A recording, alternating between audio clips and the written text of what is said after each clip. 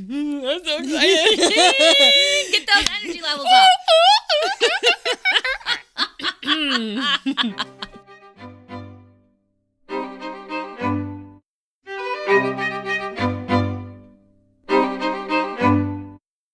Hello! And welcome to Once Upon a Hot Take. I'm your co-host, Jordan. And I'm your other co-host, Leah. Fairy tales are just the beginning. This is the podcast all about, you guessed it, our hot takes on books you love and love to hate. We're covering everything from fantasy to sci-fi to romance to thrillers. We have a variety of segments we plan to cover, but we're keeping it loose and fun. So forget the deep dives. This is a podcast for unfiltered opinions and hot takes from two friends who read too much and talk even more. Spoilers ahead, mateys! We are discussing all things the iconic Twilight by Stephanie Myers. So P.S., even though we are talking about a young adult book, we might be slipping some PG-13, maybe some R-rated words in our passionate discussion that I'm sure will be coming. So if you have a hot take or book rec that differs from ours, we would love to hear from you. Send us an email at onceuponahot.take@gmail.com and follow us on TikTok and Instagram at onceuponahot.take.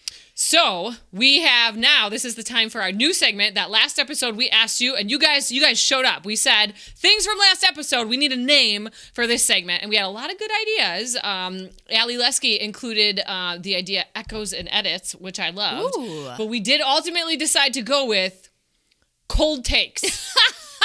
From the one and only Laura, who, I mean, true founder of the podcast, if we're being real, Jordan. Would we even be here if it wasn't for her? We would not be here. So I have our first cold take, if you will, Sure. of this episode. And on Instagram, at ThatBookishSpoonie, opened my eyes to the magical beauty of Georgia. And I take it back when I said the X-Hex could not be set in Georgia. I recant. Yay!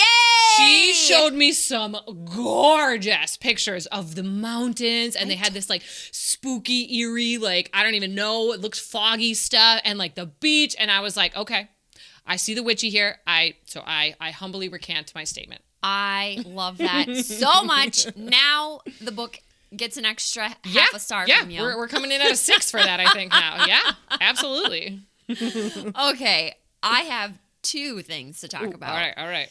Okay, first of all, did you see that I didn't even look up his name, but the guy who plays Anthony in Bridgerton was named Sexiest Man alive! He sure was! Jonathan Bailey! That's Yes, right, thank baby! you. Oh, yeah, he is dreamy.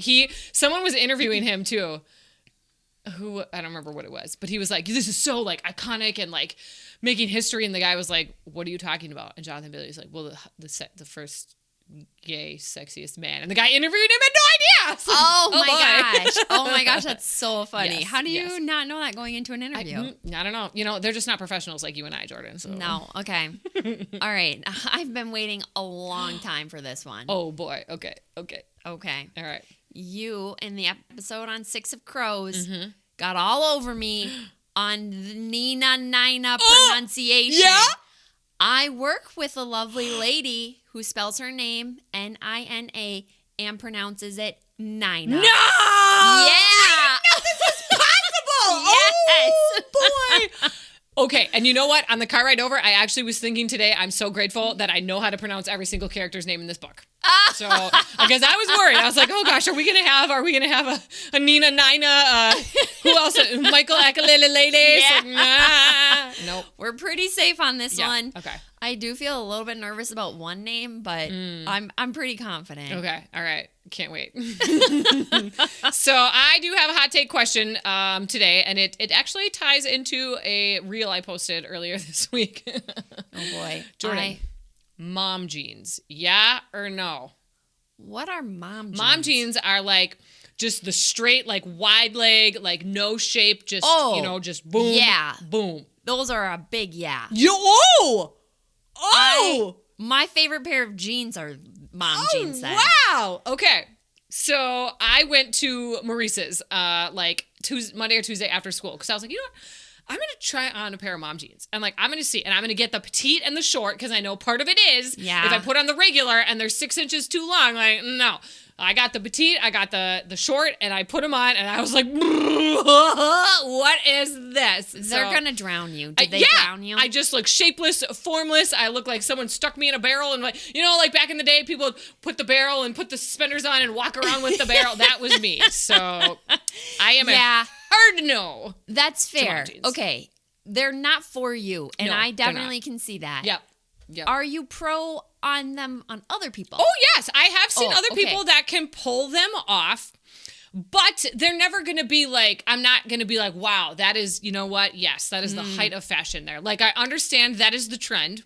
I don't really support the trend. I don't see it. It must be comfort. Is that it? Is that why people like it? Because nobody looks good. Not that anybody looks bad in them, but like they're not accentuating, you know, I don't know. The key is you have to pair with, they have to be high-waisted. Mm-hmm. They have to be paired with a cropped sweater. And are you tucking? You're tucking, right? Or just a short sweater. Okay. The tuck is out. The tuck is, I just got into the tuck. Oh my gosh. No, the tuck is out, unfortunately. Right. You just have to buy shorter shirts. Okay. I'm not going to do that, so I'm just going to stick with my skinny jean jeggings for life. Okay. You do that. You get to do that, Leah. Okay. But then you have the high-waisted, the short sweater, and it has to be with some sort of heel. You got to elevate yourself. Get it up. Yep. I especially need that, you know, being 5 foot nothing. Okay. Yep. Okay. Whether it's a chunky heel or a platform or whatever. Understood. Yep. I still think I'm going to know, so. Okay, well, I'm a big yes. All right. And that's fair. Dear reader, tell us, what are you? Yeah. Skinny jean, yeah or no? I also love, too, that we're just putting the Midwest spin on it, yeah or no? Because I have a couple of the reels that are coming up soon. That yeah or nah? Yeah or no's. Yeah or nah, yeah. Okay. Do you want to do your nonverbal reaction first, or do you want me to? I'll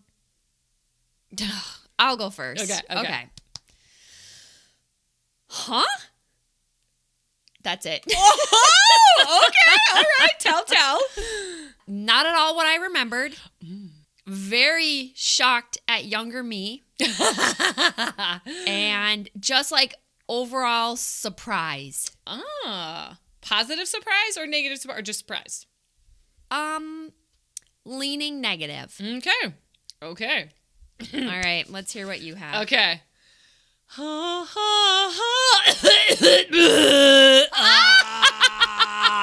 This did not hit like it did back in my 20s. Nope. What was I thinking? Can you do it for me one more time? That was the most beautiful thing I've ever heard. I was practicing on the way here. You incorporated the movie. Mm-hmm. Can you do it one more time? Cough, cough, barf is what I wrote in my notes to finish that off. Yep. Oh, that was beautiful, yeah, Leah. Now I need a drink from that. Yeah, that's absolutely the best nonverbal reaction we've had to date. I think so. I'm so proud of you. When we decided to do Twilight, that came to me. I was like, this is what I'm going to do. So like 6 weeks ago, it was just wheels turning in the head. Okay. We've got some things to talk about. Got some things. So why did we pick Twilight? Well, we really just wanted to see what a reread, 15, 20 years later felt like. Because this book shaped both of our reader journeys. Like, I was fresh. I was a senior in high school when the second one came out. And then I was in college when the other two came out. And I remember I was reading them. I was consuming them. I was there, Mm-hmm. And you were in high school, I believe, right? Mm-hmm. So we wanted to see, and also grab it. The 20th anniversary edition was released, and we got mega influenced on Instagram. And I'm glad we did, because it's beautiful. So gorgeous. Mm-hmm. Do I need to do I did a whole reel on it. They can check us. It's check so us pretty. out. I have more to talk about this in my... So what was the read like? Yeah, so that's essentially why we picked it, and we just wanted to see, does it hit? Does it feel like it felt when we read it 20 years ago? So that was our overarching essential question. Yep. Okay, I'm going to apologize. This summary is lengthy. I started writing it, and then I wrote, Jordan, take over summary from here, because I was like, I can't do it anymore. Let me give you my first 2 lines, though, because they're pretty good. No, my first 2 lines are good. Okay. All right. No, what's yours? Okay, you go first. All right. Clumsy Bella wants to let her mom enjoy her new marriage, so she decides to go live with her dad in Forks, Washington, foregoing the sun and warmth of Phoenix. Bella is clumsy, awkward, and shy, but she quickly becomes the hot new thing at Forks. She's got at least 2 dudes panting after her, and things are going fine until biology class, when the enigmatic Edward Cullen, and he's repulsed by her. Jordan, take it. That's all I got. We have pretty similar intros here. All right, here comes the official one. Okay, yep. Bella is the lonesome teen girl who acts older than she is because of her chaotic mother who doesn't grocery shop or cook, and is so in love with her new husband that she forces Bella's hand into moving away to live in Forks, Washington with her father, Charlie, so that she's not home alone or on the road constantly. When Bella arrives in the always raining, dreary Forks, she's in a slight depression and starting her junior year of high school. Who wouldn't be? She's a novelty in the small high school where everyone grew up together. She catches the eye of several boys in her first class, and Mike is courageous enough to talk with her and show her to her next class. She continues to meet new people on day 1 and has lunch with Jessica and Mike. After lunch, she has biology with both Jessica and Mike, but the only open seat is next to Edward Cullen, who immediately is repulsed by her, and this rocks Bella to her core. She survives biology only to end up in gym class, where she is more likely to hurt herself and her teammates equally with her clumsiness. Bella becomes obsessed with Edward and his obvious repulsion towards her. She becomes upset when she doesn't see him at school. Then, when he does appear, his eyes have miraculously changed color. And he is talking to her. On one fateful morning, a student loses control of his van in the school parking lot that is covered in ice and is sliding right towards Bella. Before she knew what happened, Edward was holding her and had crushed in the side of the oncoming van to keep from squishing her to death. This experience was unexplainable to Bella because she saw him across the parking lot just seconds before the van was going to hit her. Now starts her investigation into coming up with an explanation as to what Edward Cullen is. And a whole lot of gaslighting. She learns from Jacob Black on a visit to the La Push Beach that the Quillette tribe believes the Cullens to be vampires. She goes about her research, and her suspicions become fact on another fateful day in Port Angeles, where she stupidly wandered off the beaten trail and ended up cornered by 4 dudes looking to, at a minimum, rape her, but probably kill her. They were looking for bad stuff. Edward comes speeding around the corner in his Volvo and throws the door open for her to get in. Get in! Yep, he's all mad. Which brings us to their first dinner date, where she drinks a huge amount of Coke.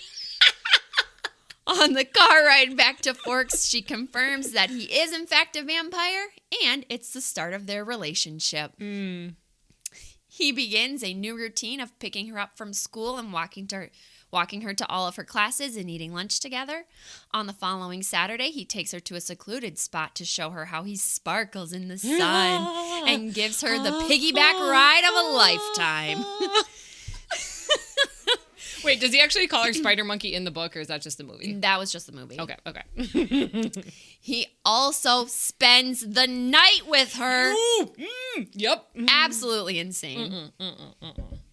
Then he takes her to meet his family at their house, where she learns that he plays the piano, and his family has an incredible house. We also get the family creation story that all starts with Carlisle. There is a thunderstorm a-brewing, so what does that mean? Thunder, hear the thunder. Vampire baseball. But unfortunately, their game is cut short by an interested party looking to join their game. Once the visitors catch wind of Bella's scent, the game is on. Literally. James the tracker is on the hunt, and absolutely nothing will stop him. The Cullens formulate a plan to get Bella out of Forks to get her away from James and Victoria, but for Bella to leave, she has to say some incredibly nasty things to Charlie to let her go so he doesn't come looking for her. Alice and Jasper wisp her away to Phoenix while the others try to lure James into a trap to kill him, but unfortunately it does not work and James finds her in Phoenix. He lures her to her old ballet studio under the premise he has her mother there. But he tricked her with some home videos, and Renee is not, in fact, in harm's way. Mm-mm. He toys with Bella just long enough to do some serious physical damage, but also allows the Cullens to arrive in time to save Bella. Bella goes back to Forks with the cover story of falling down 2 flights of stairs and through a window. Yeah. Charlie is much more concerned with boyfriend Edward in her life, but allows her to still see him with stricter time rules. Edward whisks her off to FHS prom, where he dances her the night away. Against her will. Except Jacob shows up to deliver a warning from Billy. And that, hold on. And it is Twilight again, another ending. No matter how perfect the day is, it always has to come to an end. Oh, what a good quote. I'm sorry. I just was really into it. That was good. Yep. It was very detailed. Snaps and claps. I'm really That's sorry. what we need. Because there are people out there who are going to be listening to this and have never heard of Twilight and don't have time to read it. So you're welcome. There's also a lot of people who maybe forgot about some of these things that happened in the book. That's true. Mm-hmm. Important details. Honestly, it just needed it. It needed it. It was necessary. So my overall thoughts. I liked being back in the world. Like, that felt nice. There's the nostalgia, like, is bubbling up. Absolutely agree with you. But holy Batman, there were some big red flags that I either didn't notice or didn't care about as, like, a late teen, early 20s person. Mm-hmm. And you know what? Mm-hmm. It actually starts really slow. Like, I don't remember it starting that slow when I was reading it first time. So maybe that's because I, like, knew what was going to happen. But it was slow. Edward's a jerk. Like, 10,000%. Okay. Not kind of a jerk. He's a jerk. I don't like him. I was always Team Jacob. But this just, like, solidified it for me. I have a whole segment called Edward Red Flags that we're going to talk about later. Yeah. But I mean, okay, that's all very fair. I did not think it was a slow start, though. Oh! No. I was like, let's go. What's happening here? Pick it up. Yeah. I loved the first half of the book. Loved it. It brought back all the nostalgia for me. Yeah. I loved every second of it. I did not find it slow whatsoever. I think I was like channeling my inner high school girl. Oh, and I was like, this is so relatable. Mm-hmm. And the curtain wall she makes with her Oh my hair. gosh, I know. Like, don't see me. I just loved it. I was like, this is so high school. This is so wonderful. The first half was fantastic. But to the question, does this hold up against the test of time? The second half of the book is a big old no. It's like we blink and all of a sudden they're obsessed with each other. Yes. Like we go on one half-ass date and now we're in love. Yeah, it was quite the pace that their relationship took off at. I do not remember that at all as a child. No. I feel like I remember it went quickly, but I remember being like, well, this is fine. This is logical. Like, this could happen. And, like, I'm reading it now, like, no. Yeah, it's absolutely crazy. Mm-mm. So, my read, I talked about the initial read was late high school, early college, just, at that height of all the hormones and everything, just feeling all the feels, and even, like, reading it again now as an adult, I wasn't getting those like tingles, but I had the echoes of the tingles. I was like, oh yeah, I remember being in high school and being like so obsessed. Like, is he gonna talk to me in this class today? Like, just that was the only thing that you cared about. Yep. Yep, absolutely. Okay, my read, I read it with the special edition hardcover book that Leah bought for the podcast. Yeah. It is gorgeous. It was it has a ribbon bookmark attached to it. Oh, any book that has that. Come on. Oh my gosh, gorgeous. Then the edges are painted. So you see Bella's face when you flip one way, Edward's the other. I want every reading experience to be like this one. Right. It's the most enjoyable physical book reading experience I've ever had. Aww. Okay. I do want to talk about the first time I read this book. Oh, yes. It was summer vacation before my sophomore year of high school. And I was at a sleepover at my friend's house, and she told me I had to read these books. There was a couple girls there. They were gushing over these books, the first two, because I don't believe the third one was out yet. So she lends me these 2 books, which they're pretty big. They're big books, yeah. They're not actually big. The print is very spacious. It's a generous. Yeah. But so I bring these 2 massive books home, and I was not a reader at this time, like at all. My mother laughed at me. Good job, Robin. Good parenting there. She laughed at me. And then I proceeded to take them to my bedroom, where I did not come out for 4 days. Ooh, and you showed her. I did. I was hooked. It was one of those, I was like staying up till like 2 in the morning reading. Like you just got to know what's going to happen. And then I'd wake up and I'd immediately start reading. And I don't know that I came out of my room except to grab food, and they just didn't see me. Like, I got to finish it. I got to finish it. It like consumed my life. So love that. It's very memorable for me. Yeah. Okay, let's do some character analysis here. You got a favorite? Oh, man. My thought here was the list who is not my favorite is incredibly long. You know what you got to work through? You got to no before you can get to the yes. Oh, okay. So I don't even feel good about this answer. Oh boy, I'm solid in my answer, so I'm curious who you're gonna say. Maybe you'll convince me that my answer is good. Okay. Because I feel like we maybe picked the same one. I feel like we do every time, but let's hear it. Carlisle and Esme combo. Oh, I support it, but that is not who I picked. Oh, okay. So these are where my thoughts are at. They're both full of compassion. Carlisle for his work and saving people. Esme for her family. They're incredibly supportive of Edward and are just loving seeing him happy. So that's why I picked them. They're just good people. Yeah. So I picked Alice. Oh. Yeah. I love how cute she is. Yep. Also, the actress that they got to play her is spot on. That is Alice in my mind. Yep. She is loving and supportive, but kind of quirky and fun, and like keeps it light, and like kind of knows what to say in each moment to diffuse, and to like let the tension kind of dribble away. I like her. She's just pure. That's so funny. I also wrote, Alice would be a good pick. She's comfortable with Bella in a very interesting way. Yep. I really like the scene where when she first hugs Bella and she goes, you do smell good. Yeah. She's just genuine. That's who she is. Yeah. But let's be real. Bella's friends suck. Like, she has no genuine friends in Fork. So, it kind of makes sense why she latches onto Edward, because she just doesn't have a good core friend group. Even the girls, when she goes out to dinner, she's like, ugh, they're annoying, and I'm just here because like, I have to be. Like, yeah, I did not feel like they had a good friendship. Okay. Are we talking about Bella right now? Sure, yeah. That's all I had to say for characters, so dive in. I have my whole Edward red flags down later, so. Okay. I was saving this for fan thoughts, but I'm going to bring it up here. Okay. I had a very in-depth conversation with my very good friend Elizabeth Wednesday night. I'm just going to jump to her. These are her quotes right now. Her thoughts. Oh, yes. Lay it on us. Bella is a bad person, no hobbies, no interests. Yep. I wouldn't like her.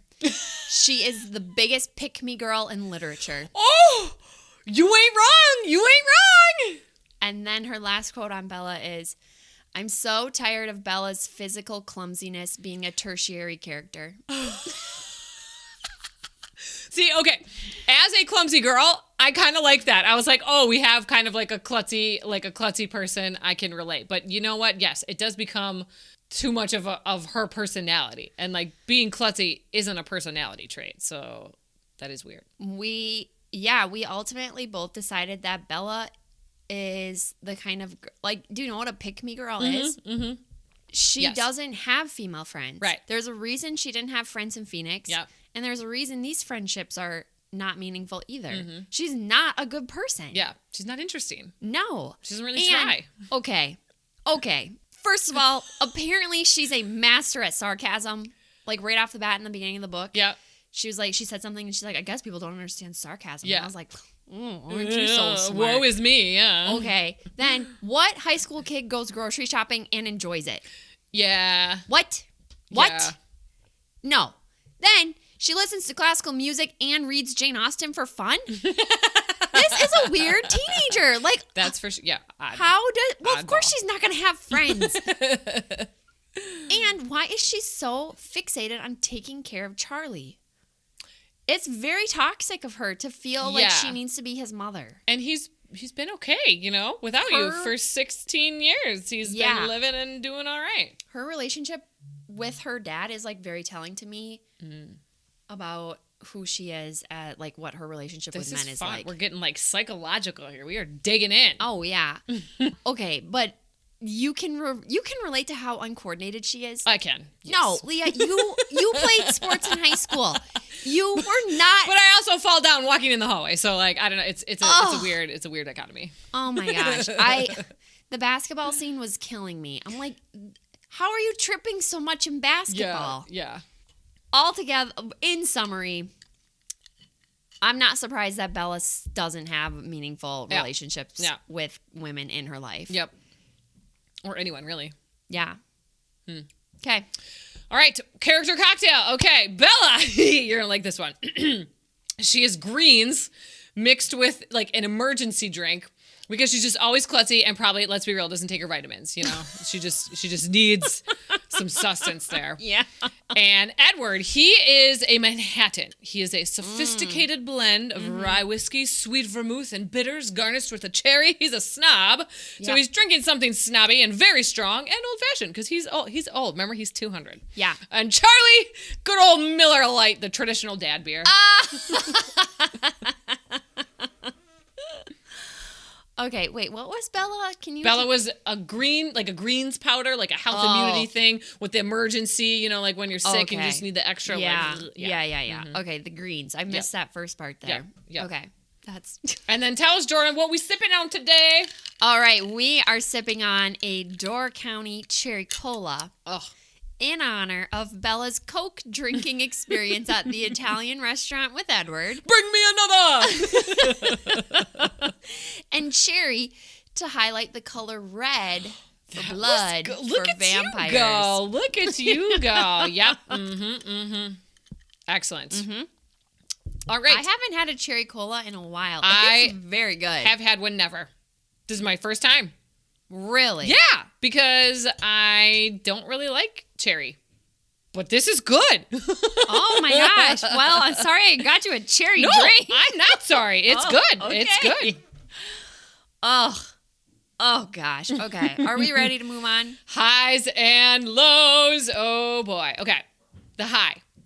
Stephanie Meyer does a really great job of writing what it's like to be a teenager. Like she does a great job of capturing those giddy butterflies. Like, when you have a crush and you just like, you'd smell him and you just want to wear his sweatshirt all day and just be like, like it's so high school, to quote Taylor Swift. So high school. We mentioned it. The hair curtain in biology class when you're sitting at that shared table. Oh, been there, done that. Absolutely. I also, this probably should go for best scene. Okay, well, I want to keep going on that thought. Okay. In the credit to her writing style. Yep. In high school, the Port Angeles scene where she's getting penned in by those four guys. Yeah. I do not remember that being super scary in high school. No, like it definitely was giving like rapey vibes. And I don't think I picked up on that in high school. Absolutely I was like, not. I think they're just going to rob her and just like... I knew like the bad guys, but I didn't like have a thought about where the badness was going. Yes, totally agreed. So like, because it's not supposed to be a horror book. Right, no. And it's YA, so you don't want to... Yeah. So the fact that she dark. could write that scene... Yeah. And children not like actually think it through is really incredible. Yeah.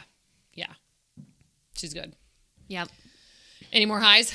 I liked the idea that she's living on borrowed time. Oh. Where this is a new thought for me. I didn't have this initially.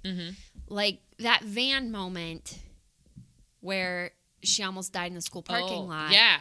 Like Edward made a comment about how it seems like she's always in danger now. Yep. And I think it's like because he saved her in that moment where fate was going to take her. Mm-hmm. And now the universe is like constantly coming at her. Oh, that's deep. Wow. I know. And she's kind of like, well, I shouldn't even be here anyway, so everything I got is just a little added bonus. Right. Yeah. So I do feel like that gave me a new perspective on the book a little bit. Yeah. Okay. Okay. I buy it. That's all I've got there. All right. The lows. Honestly, for me, the car accident scene was so difficult to visualize. And I remember this too. Reading it the first time, I was like, wait, what? Even seeing it with the movie and rewatching it, I still am like, but how, what? Like, it was very hard for me to picture. Yeah. Okay. That's fair. It was a little bit confusing. I still don't think I have like a great... I don't. And the movie, I don't know. I get it, but I didn't see it. And I still don't see it. Nah, yeah. And Edward is a real controlling jerk, full stop. He keeps her in the dark. He leads her on. I have so much more to say about this, but I'm going to save it later on in the what we would change segment. Oh, man. Yeah. All right. We do have a lot to talk about. Okay. I'm going to go with their relationship development here in the lows. It just was so quick. I just really struggle with how quickly things progressed. I wanted there to be way more just like dating. They didn't date. They went on the one date, which was like they trauma bonded. Yeah. Because she was, You're so right. And like where did the obsession come from? And does he even really know her? He just thinks she smells good, right? Like, he's just like drawn to her in a way, but doesn't actually like a know carnal her lust. He doesn't know her personality. But he doesn't know jack about her. She literally knows nothing about him. I don't even know. Ugh. Okay. Let's just save it. We'll just get to it in the what we would change. I get it. How I get it. Yeah. Okay. Best scene for me, if I'm going the movie, I'm bringing in the movie here. The baseball scene. I really liked the baseball scene in the movie. I thought that was iconic. That song is playing in my head right now. Yep. And that's like the one part of the movie that actually worked out, that they did a real nice job at. And then in the book, I like the scene where Edward is picking her up to go take her to the family or whatever, and he picks her up in this big red monster Jeep. Yeah. And he's gotta like strap her in like a child, and I'm just laughing. I don't know, I can just picture the whole thing, and it was comical. That was really cute. Yeah. Okay, my best scene, I'm gonna say my favorite scene, was the first day he picks her up for school unannounced. That's just like, and then the whole day she's like constantly like, is he gonna be there? Yeah. Like, and then he's outside the classroom waiting for her, and then she's like, well, is he going to want to eat lunch with me? And then he does. Yep. And, so he's like constantly there the whole day and never disappoints. And I just love that entire first day of like her knowing the truth and how he treats her at school. I think it's so adorable. It's every high school girl's dream. Yeah, like the hot guy did pick me. He picked me. He's showing up unasked and is like making me a priority in his life. Yeah. Oh. Anything, oh my gosh, yeah. Like, he likes me back, like, Yep. I just really love that part of the book. Okay. The worst, okay, I went worst scene here. And so I went with more of like a question. Why did she have to leave Forks when James was coming after them? Like, couldn't they have just used her as bait on the Cullen property and gotten James that way? Like, why did they have to flee Forks? And P.S. I love that their plan was like, let's double cross him. Like, he'll assume she's going to go to Phoenix, but then he'll assume that we're going to assume that about him. So let's actually go to Phoenix, because he would never assume that we assume that we assume that he assumed. And so let's do it. And then he's in Phoenix. Like, it just, there was a lot of workaround for zero success. Like, what are you doing? What are you doing? I absolutely agree with you. Oh my gosh. I will never forgive Bella for what she says to Charlie. I know. That was heartbreaking. Yeah. Heartbreaking for him. Yeah. Yeah, they definitely should have taken a little bit more time to plan out something local. Yes, and why couldn't she just leave for the weekend? Why did she have to break Charlie's heart? Yeah. Like, none of that makes sense to me. I don't. Yeah, that sucked. That was stupid. Yeah. Okay. My worst scene is the La Push beach scene La Push, baby. where she flirts with Jacob to get Oh, information. yeah, that felt really icky. Because, again, he was Yes. like 14, right? 15. Ooh. So cringy on a reread. that was not, I did not enjoy that. Yep. I did not enjoy it. She did him dirty. She could have just asked him for the information and he probably would have told her. Right. Yeah. She absolutely did not need to flirt with him. Yeah, that was weird, especially since she was already like in her mind mixed up with Edward. Yes. And that, And I now did not like that. the poor kid is lovesick on her and he has no chance with her because she's obsessed with Edward. Literally. Yeah. Nope. Yeah, you're right. I did not like that. Nope. It was so cringy. Hated it. So that brings us to what we would change. And I've renamed this section Edward Red Flags. I am usually, you know this, really good about suspending disbelief in a book. Like, you write it, I will believe it. I'm here for it. But for some reason, I could not do it this time around. Like, Edward gave me the ick. Like, big time. That's fair. And I got 1, 2, 3, 4, 5, 6, 7, 8, 9 bullet points here. Okay. So jump in at any time. Okay. Okay, we kind of already talked about this. Bella loves him after 2 months of creeping on him. Not getting to know him, not having a relationship with him, just creeping. Both of them, creeping on each other. Okay. Like, I love you. Like, they are like, I'm selling my soul to the devil for you after 2 months. 2 months. I want to back this up 1 second because you're coming hot at Edward here. Sure. Okay? I do not think this is Edward's fault. Okay. Bella knew from day one that he had a repulsion to her. Yep. Why in the world was she that? obsessed with him? Yeah. Why was she? She spent the entire first half of the book thinking he hated her. Probably because he's hot, right? Thinking he hated her. Yeah. Why? Yeah, why did you seek that out? Yes. Why was she seeking him out? Yep. Okay. All right. Red flags for both of them. Okay? Absolutely. The next one. He gaslights her like no other. Quote, you have such a terrible memory. I was here the whole time. When really, you saved her. Like, you're just straight up lying to her face. You're lying to her but face. he has a secret identity to protect. Yes, but That's like Superman. Okay, all right. I'll give you that one. Okay. Okay. He is very bossy and controlling. I will agree. Literally forces her to go to the prom. She was big mad about that. And he told her to stop being so dramatic and quit making things difficult. She literally cried because she was so mad because she didn't want to go to prom. Like, who does that? I said I don't want to go to prom, and now you're making me go to prom, and I didn't want to go to prom. Because I again, absolutely agree. He's controlling her. You need the high school experience. Who are you to tell me what I need? Yeah. And she made a good point. She was like, I wouldn't have gone if you weren't here. Yeah. Which is her choice. Yes. She gets to decide. Yep, absolutely. That you can have. Okay. Next, he watches her sleep. Oh, yeah. Sorry, not romantic. And as a parent, I am appalled. Oh, yeah. I am appalled. So appalling. That's very creepy. Yeah. Yeah. And I do not know why that was not creepy when I was a child. I know. I agree. Like, I was like, oh, that's so sweet. He loves her. Uh. Yeah, Can you imagine Steven okay. just staring at you through the window while you're sleeping? Oh my God. Like, that is Stalker City. Legit. Yeah. For real. Okay, and here is the quote. And Edward was worried about the time we'd spent together publicly if things went wrong. I refused to dwell on that last thought, concentrating instead on making things safe for him. Like, how blind are you? She's literally risking death while hanging out with him, and she's worried about him. Like, that's wrong. It's wrong. Yeah, okay, but why are you mad at Edward? Okay, well, I guess this is just red flags in general. Maybe not. I would say 90% of them are red flags at Edward, but yes, all right, you're right. Bella, wrong. Okay. Yeah. All right, another quote. To me, it was like you were some kind of demon summoned straight from my own personal hell to ruin me. Man, he knows just what to say to woo a woman. Like, what are you talking about? That's supposed to make me like you? That's you expressing your affection to me?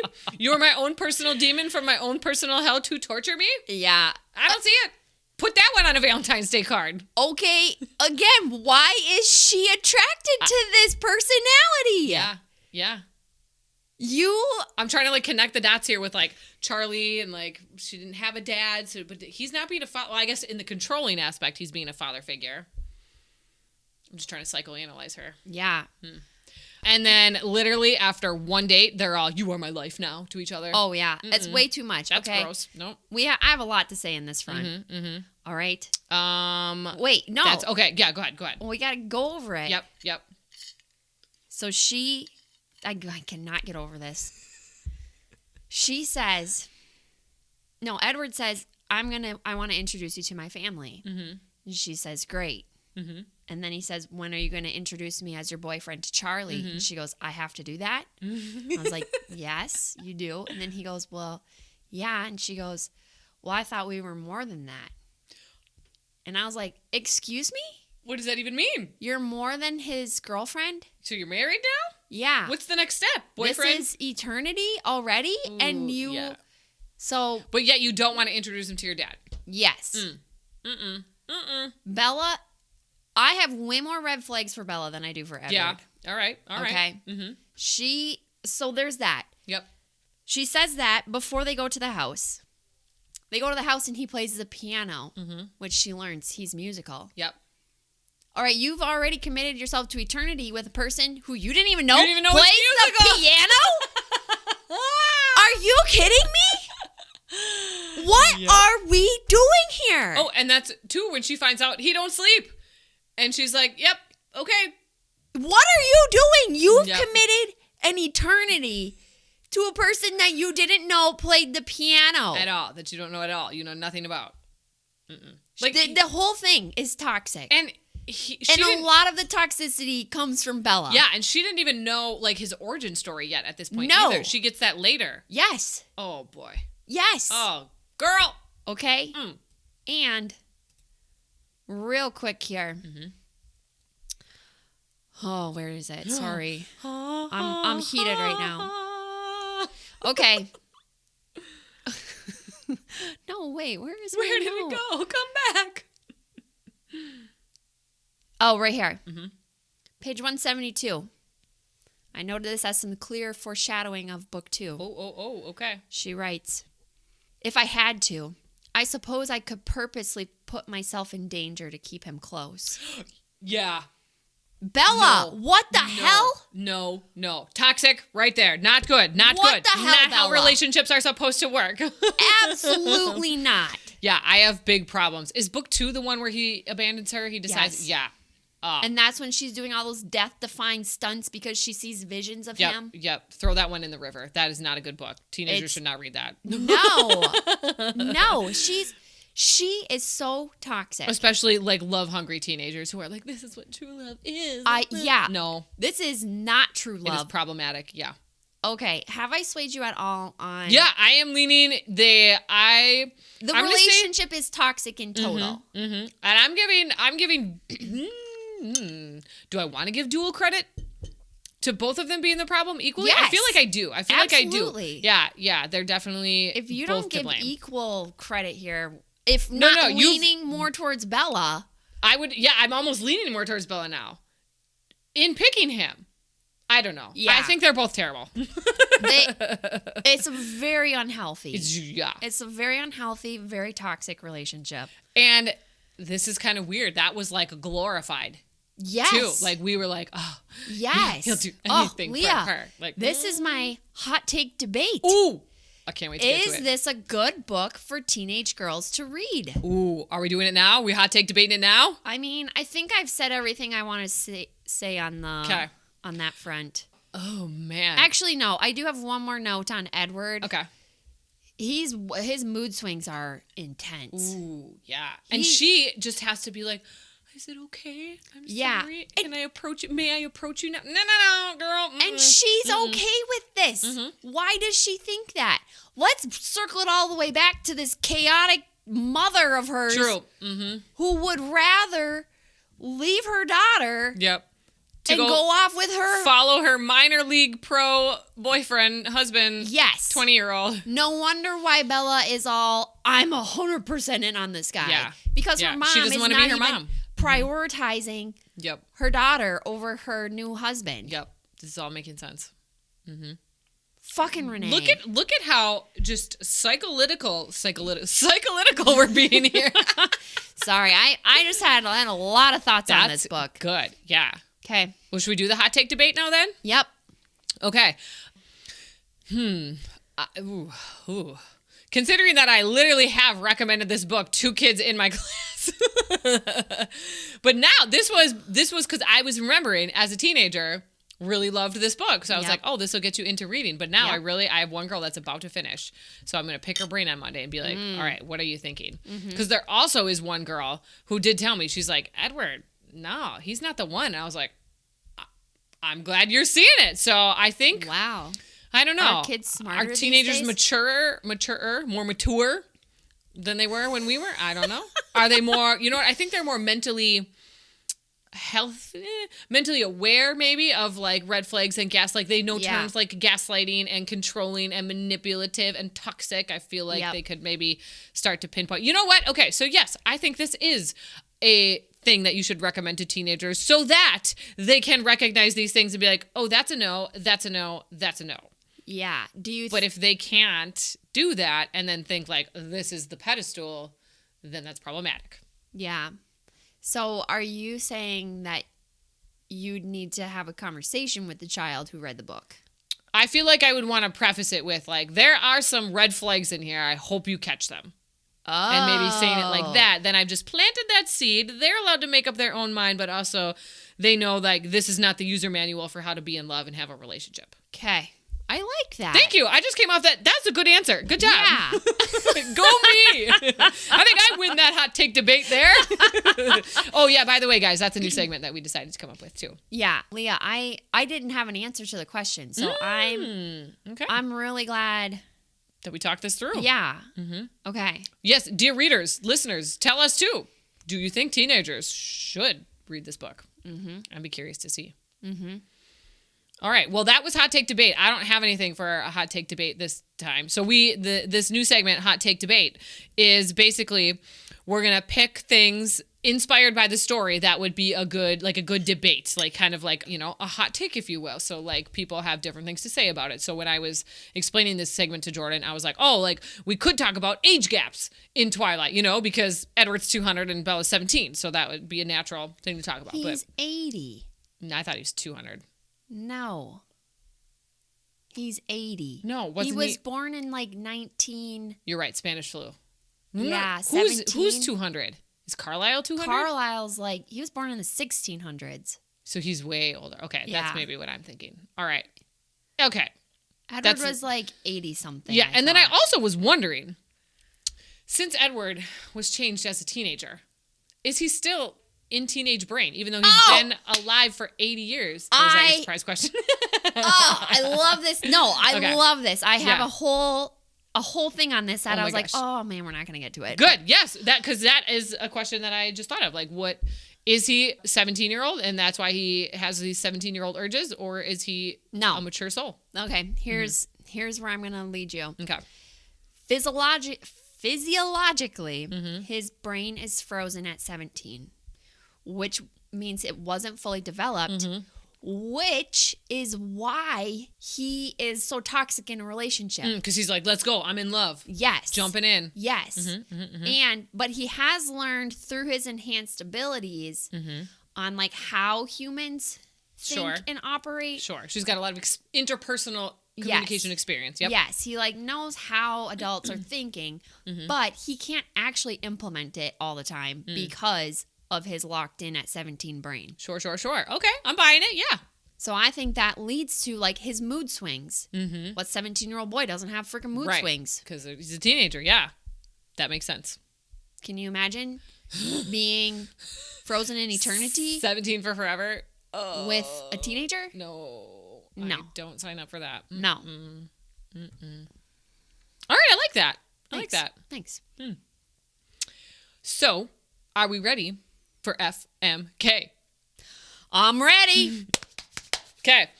I am going to F Emmett. Yay, me too. Or Carlisle. Oh, no. But probably Emmett. Yeah. Because I like him beefy. I also picked Emmett. He's a hottie with a body. Oh, yeah. Oh, my gosh. Absolutely. I just love his jokey personality, too. Like, he's a fun guy. He's a fun guy. I also really like the actor who... He did good. Yeah. Yep. Good pick. Okay. I am marrying Carlisle. Me too! They're just so, like, those are two very obvious picks. This one's, know. again, the range of characters pretty small in, like, who's enjoyable. Yep. So, and you know all what? right. It would be so convenient to have a doctor in the family, too. Like, oh, yeah. hey, what's this rash? Or like, this smells bad. What do you think it is, you know? A gorgeous doctor who is full of compassion. And is just so kind. Thank you. He's a good guy, yeah. Yep, absolutely. Yep. Okay. Done deal. Who are you killing? Edward, duh. Oh, my gosh. Wait, you're not going to change this answer after I just talked all those things about Edward? Yeah, I don't know. Wow. Yeah, you know what? Okay, I will say, you have really swayed me in the court of Bella is also a majority problem shareholder here. Thank like, you. In my read, I was blaming this all on Edward, but you have come to open my eyes that Bella is part of the problem as well. But I'm assuming you're going to kill her, so I'll still stick with Edward. Now I want to change my answer to Bella. That's so funny. Are you killing Edward? No, I wasn't killing either of them because... Are you just going to kill their relationship? Oh, that's also a good pick, too. Okay, no, because I still, in my nostalgic heart, I'm still holding this book in a good place. At the end of the day, I'm still okay with it. Yeah. All right. All right? Even though I know all these red flags. So I'm not killing either of the main characters, Leah. You're killing Mike. Oh, no, poor Mike. Can we take a minute to talk about poor Mike? Oh, my gosh. This guy. Oh, he's trying to help her out. He's putting in the work. Yeah, he is. And he's missing Jessica the whole time. And I'm really glad that Bella finally sets him free at one point and also opens his eyes to Jessica. Yeah. I think that was really good. That was good. Yeah, she gets points for that. Yeah, but like, oh, poor Mike. There was just a long time where I'm like, is she stringing him along? I mean, definitely a little bit. Yeah, and I think she just didn't want to have the awkward conversation. Yeah, and I also think, like, she's lonely. So she was, like, I don't blame her for stringing him along. But, yeah, poor Mike. Just poor Mike. Poor Mike. No. Okay, I thought the obvious pick here was James to kill. Oh, okay. Like, why are we not just killing him so we don't have to worry about That's true. this? Then we wouldn't have to deal with it. He didn't even occur to me. Not even once. Yeah, I guess I should have killed the bad guy. Yeah. Whoops. Ball dropped there. Oh, man. All right. I mean, you came in with a hot take, Leah. Hot take, yep. I can't discredit you for that. That's right. That's what this is all about, Jordan. Not killing the bad guy. Kill literally the main character. All right. What's your surprise question? Oh, I got two banging ones today. All right. Let's hear it. The first one is, what would be your vampiric... Is that how you make vampire into an adjective? Sure. Okay. Your vampiric amplified gift, if you were turned vampire. Like Bella's, she's got this protection aura. Edward's the mind reader. Alice is the future seer. Jasper is the mood controller. What would your amplified talent or power or gift be? Oh, like I have to pick one of those, or I could have anything? No, you can have, what personality trait that you have would be amplified into your vampiric superpower? Oh my gosh. Yeah. Oof. Oh no. Well, do you want my two that I have while you're thinking? Okay. So mine would be like a super planner organizer. Like, you give me the job, I can divvy it up, have the whole thing planned out with itineraries on fancy stationery. Like, it's okay. It's not a very fun superpower, but it would make the world a better place. Or my second one is I would be kind of like Jasper, but not controlling, but more of like a super mood reader. Like, I'm pretty empathetic. When someone's feeling anxious or angry, like, I can feel that and I kind of absorb it and I'm like, oh gosh, and it affects me too. Yep. So like, I'd be able to sense how people were feeling, but like next level, like I could really feel it. So I'd be excellent in an interrogation room. Like, he totally did it. Yeah. He totally did it. I mean, I think Edward would also be good in an interrogation room. Well, yeah, obviously. Yes. Oh, man. I wish you had given me more time to think about this one. We should think about, if we should surprise question ahead of time. Yeah, this one would be... But it's kind of fun to think on your feet, you know? Like, sometimes we can get you. You've got me right now. Okay, let's circle back. What's your All right. second question? What is your favorite vampiric? I love that I'm making vampire into an adjective. Vampiric spin that Stephanie Meyer invented. Like, what's the thing about vampires that she kind of took? Traditionally vampires drink blood, sleep at blah blah blah. Yep. What did she take that she put her own spin on that you liked? The only thing I can think of that she did is the sparkling in the daylight. Mm-hmm. That's not what I picked. I picked that they become more beautiful and graceful and athletic. Oh. I liked that. Yeah, I like that too. The sparkle was weird. Yeah. I don't know. The sparkle It was a thing. It was unique. So I'll give you that. I like that it gave us a reason for why they weren't out in the sunlight. Yeah, and why the myth of they sleep They during only the day. go out at Yeah, night. Yeah. So I did like that. I thought that Yeah. was I do think the idea of it was cool. Mm-hmm. I think it was very weird in the movie. Yeah, it wasn't that weird. Like, feel like you could have just covered that up with a hat, Yeah. Well, I mean, even if the sun hits you a little bit on your neck and all of a sudden. Yeah.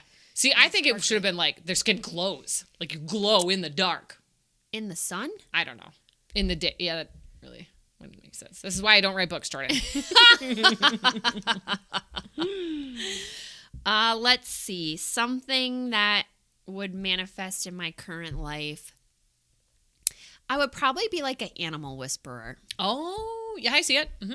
Like, I'm really good at understanding my dog's needs and what they're communicating with me. So I feel like I would be able to communicate with animals. I like it.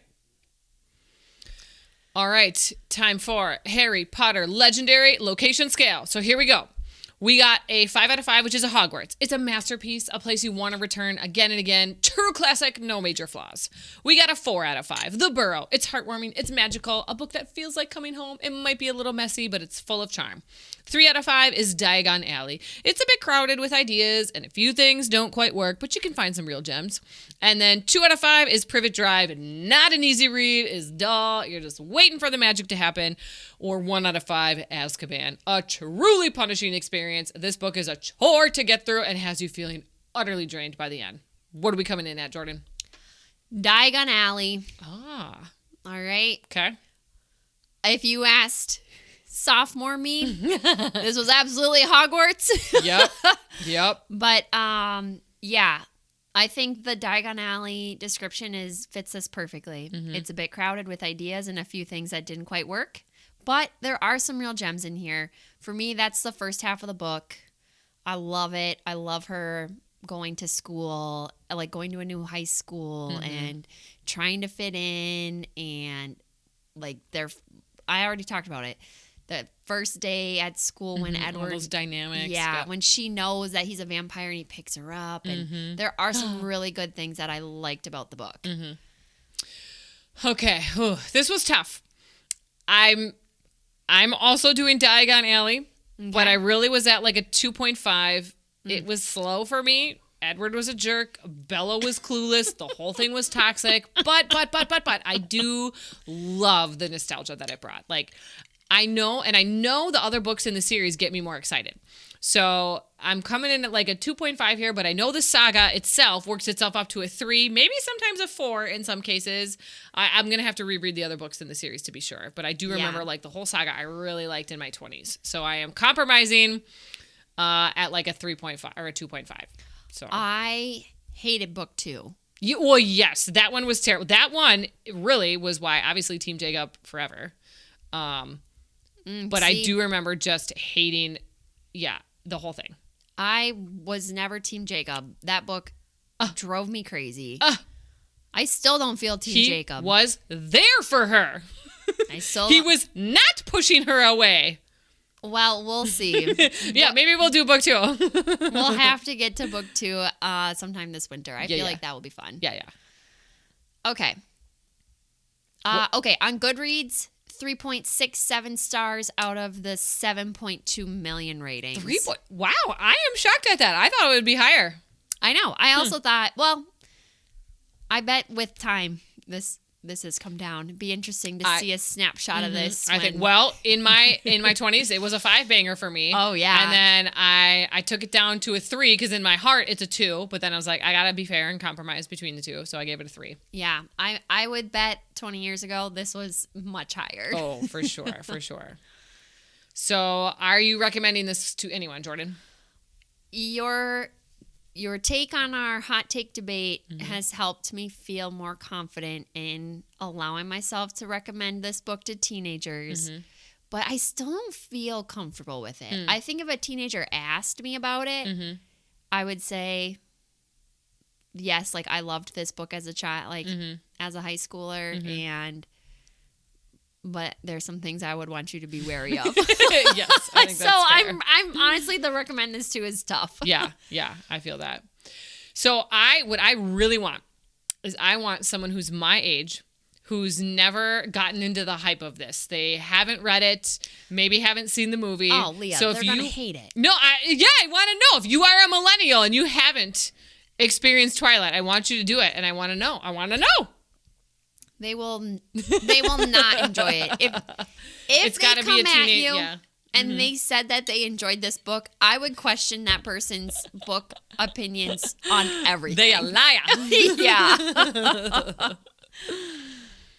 So we kind of talked about first versus reread, but do you have any other thoughts with that one? Nope. I have a couple. I said, I do not recall how the first book read for me 15 years ago. I don't remember if it was that slow. I know I didn't love Edward back then, but I accepted their love and their passionate relationship, and I thought it was very romantic how he would do anything to protect her. And now I think it's manipulative, and you're 17, you don't know anything about life and love, so stop it! No! Grow up! Get a job! Oh, yeah. Oh, that sounded old, but it's for realsies. I have no words. Yeah. I've said what I said. Cover design. What are you thinking? What are your thoughts? Oh, it's gorgeous. Yeah. The black with the apple. But remind me the symbolism of the apple. Oh, don't ask Doesn't me. it? I feel like does it get addressed in the second? I know in the movie they do a fun little oops, you dropped an apple, rolls down my leg and off my foot and into my hand. They do a cool little thing like that. But I really don't remember them mentioning apple in the book at all. Does it represent biting? Has to be. Does the apple have a bite out of it? I don't recall. Okay. I'm just going to look it up quick. Yeah. Why didn't you bring that other copy with I think it's at school.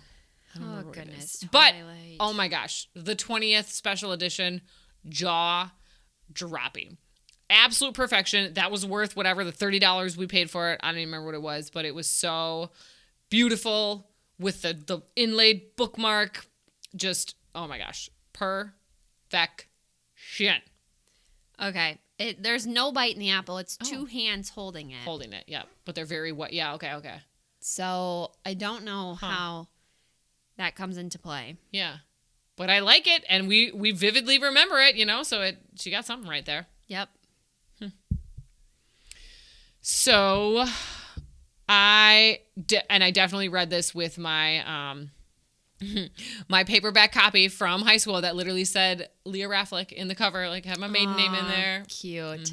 That's fun. Yep. I donated my copies to my local library when I went away to college because I was really struggling with leaving home, and that was somehow a soothing thing for me, was to get rid of the Twilight books. It was you that was a metaphorical I'm growing up now. I don't need my childhood anymore. Yeah, so I don't have my copies, and I'm really disappointed.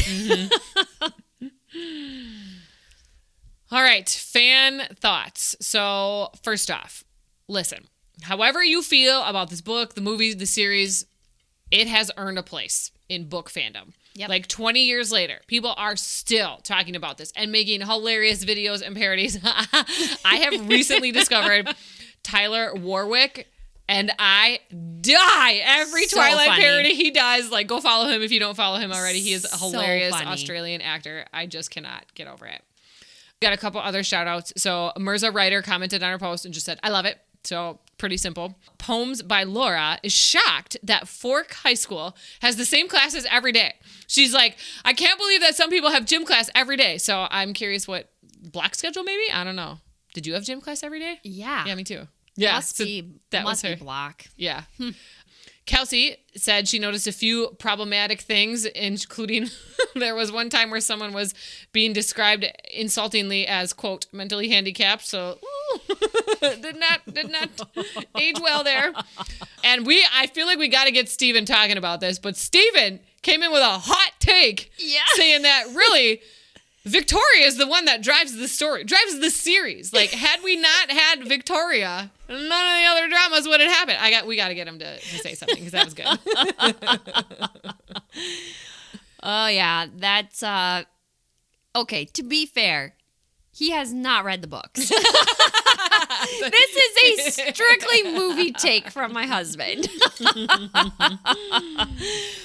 I was reading Twilight, and I had to put my headphones on because I wanted to read in the living room, but he wanted to watch the movie, and I was like, I do not want to watch this movie. So, yeah, he's been watching the movies in solidarity with us. Look at that, supporting the pod. Go, Steven!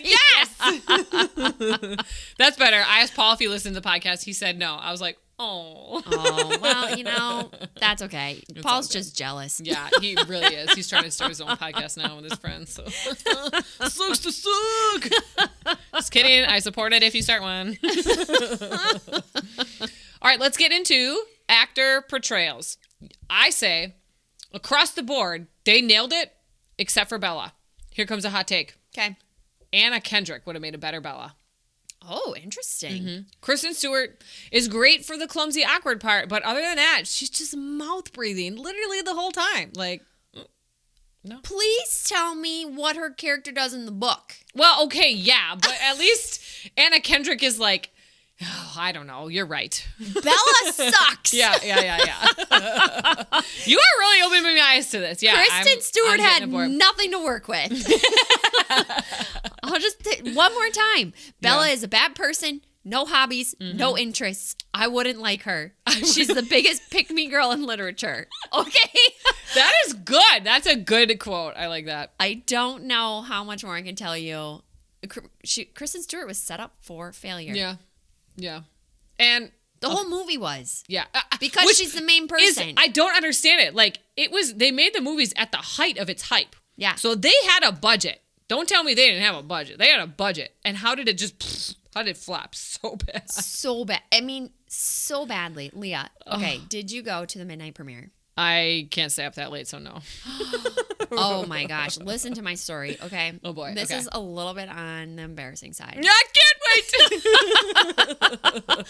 Okay. My friend group, we were obsessed with these books, right? Who wasn't? So we got together, we made t-shirts to go to the midnight premiere. T-shirts in the late 2000s was a thing. Like, it was very midnight premieres was a thing. Intense. Showing up early to wait in line. To wait in line. Was a thing. Okay. Yeah, I remember doing that for Harry Potter and Lord of the Rings. Yep. Yes. Waiting outside. Waiting. And having your own homemade merch because buying merch wasn't really a thing. There weren't crickets out there. No, you were ironing on and using puffy paint. Paint. Yep, we puffy painted our shirts, okay? We need pics of this. You got to dig some pics out. Oh my gosh. Do you want to know what my shirt said? I absolutely do. Like, it's so embarrassing. Okay, this is before I knew anything about boys and men in general. Yeah. Mine was, God, this is so embarrassing. Oh my gosh, what? I like my men cold, hard, and sparkly. And your mom let you out of the house wearing that? Well, okay, so we made the shirts at my friend's house. And then I came home and my mom was like, she let you make this shirt? Did your friend know? What? No, we were so naive. All right, well, none of us had boyfriends. No. We weren't even like, no, we were so naive. Yeah. I had no clue what that meant. No clue. That is amazing. That is amazing. It is in reference to their skin. Of course. Obviously. I know that. Obviously, my 14-year-old brain, who has never kissed a boy, didn't know what the fuck I put on my shirt. No. And even in the biology they teach you in 5th grade, they don't really explain the concept of it either. Yeah, no, absolutely not. But also, really, with no blood pumping through his body. Yeah. Oh, fair point. How does it even work? Fair point. Let's be real here. Maybe it's mental stimulation. Yeah, maybe. I'm just gonna think it into being. Yeah, so I went out in public in that shirt. I love that. 14-year-old Jordan. Yeah, and you know what? Once I learned what that alternative meaning could be, I had to throw the shirt away. All right. It was like so shameful and embarrassing. Yeah, like I did like, what? Oh yeah. Oh. I mean, look, I'm 31 and I'm still like, oh my god, this is so embarrassing. I can't tell you the story. Oh, I love that. And I also would like to confess that I've only seen the first movie. Oh. Well, girl, you are missing out when Jacob gets the 6-packs. Like, okay. Like, yeah. Mm-hmm. The first movie was so terrible for me that Dude, they dropped the ball. I couldn't do it. I was like, no, it's making me not love my books that I love. Yeah, they kind of ruined it. I was mad. But like now it's become like sort of a campy thing. Like my girl gig and I, like we watch it and we just laugh and scream and throw popcorn at the TV. We're like, Jacob, what are you doing? Like it's fun. It's fun. We enjoy it for that, but it is terrible. It's bad. Oh, that's super funny. Yeah. And you know what? I got to say it. I said it again before, but I'm saying it again. Robert Pattinson is not hot. He's not hot. No. I think he's a good choice for Edward. I think he played it well, but I don't think he's hot. Wait. What? Yeah, I don't think he's hot. I was distracted. You were agreeing with me. I was last time I said it, you were like, no. What did you just say to me? Say it again. I'm 100% focused on Robert Pattinson isn't hot. Period. Full stop. I could slap you right now. No, he's gorgeous. I don't see it. He's got like a flat forehead. Is that what they call the Roman nose? I don't know what a Roman nose is. Something. You're wrong. You're just straight wrong. He is perfectly cast for Edward. He did a good job, but he's not hot. He's hot. I don't think he's hot. Mm-mm. God, you're never going to be Team Edward. It doesn't even matter. They could have cast, what's his name? Orlando Bloom, my favorite. No, not Orlando Bloom. The Bridgerton guy. Oh no, I would have. Yeah, that could have changed things for me. Mm-hmm. Oh, bullshit. Yeah. Oh, no. You just don't like Edward. You just don't like Edward. I don't know. You just don't. And so you're being... I need to know, did you have this hot take before he was in Twilight? Yes. I thought he was the wrong pick for Cedric Diggory. What? I thought he was the wrong pick for Edward. When I found out he was cast as Edward, I was pissed. Yeah. I was like, this is bad. This movie's going to flop. I called it. Okay. You know what? We're approaching a tipping point. Ooh, can we come back from this? Oh, I cannot believe this. But also, I also wonder, does he regret it? You know, like, does he feel like he is Edward and he can't escape it and, like, that's what he's known for? No, he's Batman. Which that also, he's not hot in. Oh my good Jordan's about to Lord. punt her computer across the room. Oh, I'm ready to kick you under the table if I could reach you. Oh, this is crazy. Yeah, I said what I said. Sorry, not sorry. I want you to be sorry. Nah. Damn it. But you know what I'm not sorry about? What? Charlie. Ooh, I see you, Charlie, as a 30-year-old now. Okay, all right. I mean, yeah. I'd have to. I have a vague memory of him from the movie. Mm-hmm. Does he have a mustache? Mm-hmm. Okay. Yeah. Which doesn't usually work for me, but you should go watch it as an adult now because it's kind of like, oh. I saw a funny reel too. It was something like every time Charlie is on the stage, it was playing like, bow, bow, bow. I don't know, some like music that just like amplifies. Bow, yeah, wow, yeah, wow. wow. And you're like, oh, Charlie, ooh, where's this coming from? Oh man, I mean, yeah, they don't make him out to be good in the book, but it's a movie. You gotta have some beautiful looking people in a movie. Yeah. And there, you know, people, you got to get on social media and you got to follow these people who make just these Twilight parodies. Did I send you the one where there's a guy dressed up as Charlie, and he's like writing in a Dear Diary, it's me, Charlie. My daughter Bella just ran away with that Edward Cullen kid, and I don't know what to do now. Gonna go polish my guns. And it's so funny. It's so funny. He was something like, oh no, it was really bad. What was it? It was like, well, at least my friends aren't dying from bear attacks now. Now they're just going to go to alcoholism. It was really funny, though. So if that was you, shout out to you. Good job. Keep the content coming. Killing it. Okay. Any closing thoughts? Oh, I have one. Oh, okay. Stop the party. He said that she smells delicious, right? Mm-hmm. Like lavender. Not lavender in your coffee? Oh, that was a good callback. I could not believe it. I was like, what? Lavender? It's everywhere. It comes up everywhere. Oh, my gosh. Again, how is a floral scent appetizing? Yeah. Ugh, like, I can't get over it. Yeah, smelling lavender is one thing. Consuming lavender is a hard no. A rock hard no. I know. Mm-mm. I know. Mm-mm. It's not appetizing. It's like soothing and relaxing. Peaceful. Yeah, like I want a massage to lavender. I don't want to put it in my mouth. Yep. Okay. I do. Okay, I've got a couple more thoughts here. A couple more closing thoughts. Okay.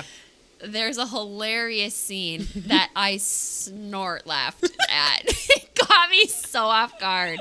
This is before she knows that he's a vampire, and he like drove her home after school for the first time, and he says to her in the car, "Do you think I could be scary?" And I was like, oh no, why are you asking her this? It's so cringy. Yeah, I remember reading that, being like, this is awkward. I was like, oh my God, what the? Yeah, that was so uncomfortable. Bad call. Oh, Edward. Yeah. Okay, that's those are all my thoughts. I think that's a wrap. We covered everything. I think we did, and then some. Oh, that was good stuff. Okay. So, what are your... Oh, Jesus. This is the longest we've been yapping for. Yeah. What are your thoughts on our hot takes? Let us know at Once.Upon.A.Hot.Take@gmail.com or on Instagram or TikTok. We would love to hear from you. If you enjoyed today's episode, go and leave us a review and give us a follow so more book lovers can find our show. Yes, please. We will be covering In the Blood next by an indie author who lives in Milwaukee, and we get to interview her, and we are so excited. So go buy that Amazon right now on Amazon. Go buy that book right now on Amazon. There you go, or wherever you get books from. And check our socials for pick of the cover. It is gorgeous. So remember, fairy tales are just the beginning. So unplug for a bit and dive into the next adventure with us.